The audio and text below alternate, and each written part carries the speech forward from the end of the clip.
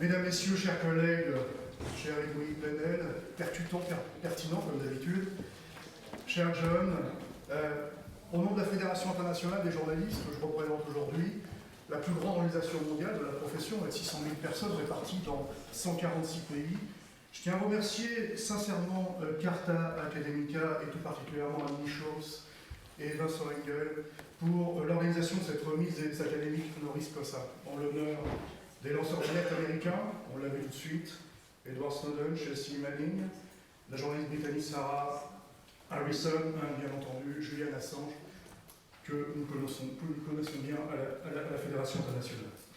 Nous étions lundi midi, donc il y a 2 jours, au Conseil de l'Europe à Strasbourg avec John et avec Nils Melzer, dont on a parlé tout à l'heure, le rapporteur spécial des Nations Unies sur la torture, pour redire aux députés européens tout notre soutien à Julian Assange, mais aussi pour confirmer les inquiétudes que nous avons à quelques semaines de ces auditions qui auront lieu dans la banlieue de Londres en vue de sa possible extradition vers les États-Unis. Fondateur et ancien rédacteur en chef de Wikileaks, Julian Assange est membre de notre syndicat en Australie, la NIAA, et en tant que membre de cette Media Entertainment and Art Alliance, Julian est de fait adhérent de la Fédération internationale des journalistes et il est même le détenteur d'une carte de presse internationale. Je parlais tout à l'heure avec Edoui de l'enquête remarquable qu'ils ont publiée il y a 2 jours sur l'espionnage de Julian Assange par les services américains, montre, si nous en doutions encore ici, que notre collègue australien est aujourd'hui l'ennemi public numéro 1 des services américains et en particulier du président Trump en première ligne. Lundi à Strasbourg, Nils Melzer a confirmé qu'en cas d'extradition vers les États-Unis, Julian Assange n'aurait pas le droit à un procès équitable, mais plutôt à une justice expéditive comme celle à laquelle il a eu le droit au Royaume-Uni il y a quelques mois, un procès au pénal sans possibilité pour lui de préparer sa défense, un procès expéditif donc, comme on en voit aujourd'hui en Turquie, 15 minutes, pas une de plus, et 15 minutes après, Julian Assange était condamné et traité même de narcissique par le juge. La Fédération internationale des journalistes redit ici que toute peine de prison pour Assange est excessive, car il n'a fait que remplir sa mission d'informer, et jusqu'à preuve du contraire, il n'a commis aucun crime. Son seul crime aurait été de dénoncer ce délit. Les crimes de guerre documentés, on en a parlé tout à l'heure, qui ont détruit des milliers de vies, des centaines de civils, évidemment, je ne parle pas des journalistes. La Fédération internationale des journalistes, mais aussi son groupe européen, la Fédération européenne des journalistes, ont d'ailleurs publié récemment une alerte sur la plateforme du Conseil de l'Europe, une plateforme pour renforcer la protection du journalisme et la sécurité des journalistes, qui dénonce les conditions de détention arbitraire et scandaleuse de Julian Assange. Nous sommes appuyés évidemment sur le rapport du rapporteur spécial sur la torture, et bien évidemment, le Royaume-Uni n'a pas répondu au Conseil de l'Europe, à sa secrétaire générale, qui a saisi le gouvernement anglais dans la foulée de notre alerte, comme il n'a jamais répondu, ce gouvernement, au rapporteur spécial des Nations Unies. En attendant que l'histoire juge tous ces prédateurs de la liberté d'expression, nous sommes aujourd'hui de plus en plus à considérer que le cas Assange est emblématique par l'unité de la presse. John me disait lundi dernier qu'enfermer son fils était une insulte à la démocratie et une insulte à la liberté des médias. Julian Assange, Edward Snowden, Chelsea Manning, Sarah Harrison sont des résistants du XXIe siècle. Ce sont des héros, bien entendu, mais ce sont les résistants. Le terme n'est pas galvaudé, tant les conséquences sont terribles sur leur vie personnelle, on l'a compris.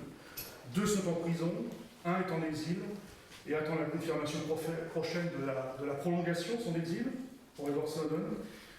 Et la journaliste Sarah Harrison, dont on a parlé tout de suite, pour des raisons de sécurité, se fait de plus en plus rare en public, et elle continue de se battre aux côtés de Julian, comme elle le peut et avec ses moyens.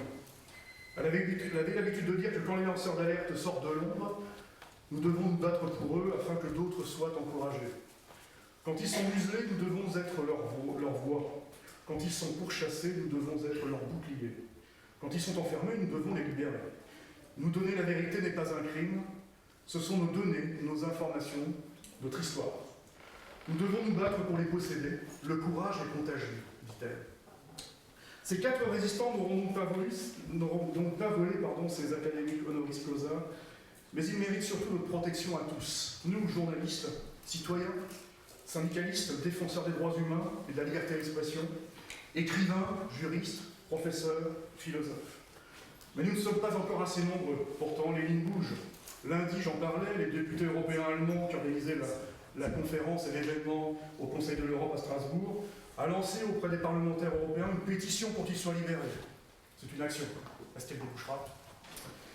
La Fédération internationale des journalistes et beaucoup d'autres ont signé le fameux appel lancé aujourd'hui et dont a parlé ce matin nos collègues, où il est demandé à la Belgique qu'elle reconnaisse Julian Assange comme prisonnier politique, qu'elle lui accorde sa protection et qu'elle mette en œuvre tous les moyens nécessaires pour obtenir le rejet de la requête américaine d'extradition et qu'elle l'accueille en lui octroyant un permis de séjour. En prenant une telle décision, ça pourrait être une belle action, la Belgique sortirait grandie du marasme mondial politique actuel et montrerait au reste du monde que les Américains ne sont pas seuls sur Terre. Mais peut-elle le faire ? La question se pose et a été posée. Dans le même temps, la Fédération internationale des journalistes, et je le demande aujourd'hui en tant que secrétaire général, appelle et demande solennellement à la commune de Bruxelles, à son bourgmestre, je ne sais pas si elle est représentante ici, à ses échevins, de reconnaître Julian Assange comme citoyen d'honneur de Bruxelles. C'est symbolique, mais c'est important. Nous sommes en discussion avec la maire de Paris actuelle, Madame Hidalgo, pour qu'elle en fasse autant.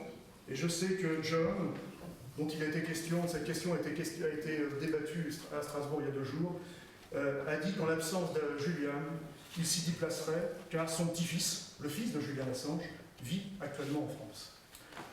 Je suis certain que John serait ravi de venir sur la Grande Place, au cœur de l'Europe, et je me tiens à disposition du bourgmestre de Bruxelles, au nom de la Fédération internationale, pour tout organiser. Mesdames, Messieurs, chers collègues, vous l'avez compris, le cas de Julian Assange dépasse le symbole. Cet homme ne mérite pas ce qu'il endure, cet homme ne mérite pas d'être détenu, cet homme ne mérite pas d'avoir été placé à l'isolement plus de 9 mois, il en est sorti la semaine dernière, sachant qu'on est dans un cas de torture psychologique au-delà de 15 jours d'isolement.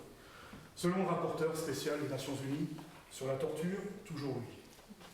Cet homme, Julian Assange, je le rappelle, n'a fait que dénoncer les crimes, les malversations et les atrocités des autres. Je voudrais terminer en saluant également le combat de tous les autres lanceurs d'alerte, dont on parle beaucoup moins. Certains d'entre eux sont aussi derrière les barreaux ou violemment menacés. Je pense notamment, on en a déjà parlé, à Glenn Greenwald, menacé d'incarcération par le président brésilien Bolsonaro, à la suite de la publication de messages échangés entre l'ex-juge Moro, qui est devenu ministre de la Justice, et des procureurs afin de faire condamner l'ancien président Lula. Je pense aussi à Rui Pinto, à l'origine des Football Leaks, dont on parlait tout de suite, le rédacteur en chef du soir, et dont Edoui aussi a consacré une partie de son travail à Mediapart. Il est toujours en prison à Lisbonne. Ces informations ont permis de faire condamner des footballeurs professionnels, comme Cristiano Ronaldo, pour fraude fiscale, il n'y a pas que lui. Mais ce Rui Pinto, l'informateur, celui qui a permis à la presse de faire son travail, moisit en prison en attendant un procès. Martin Luther King disait que chacun a la responsabilité morale de désobéir aux lois injustes.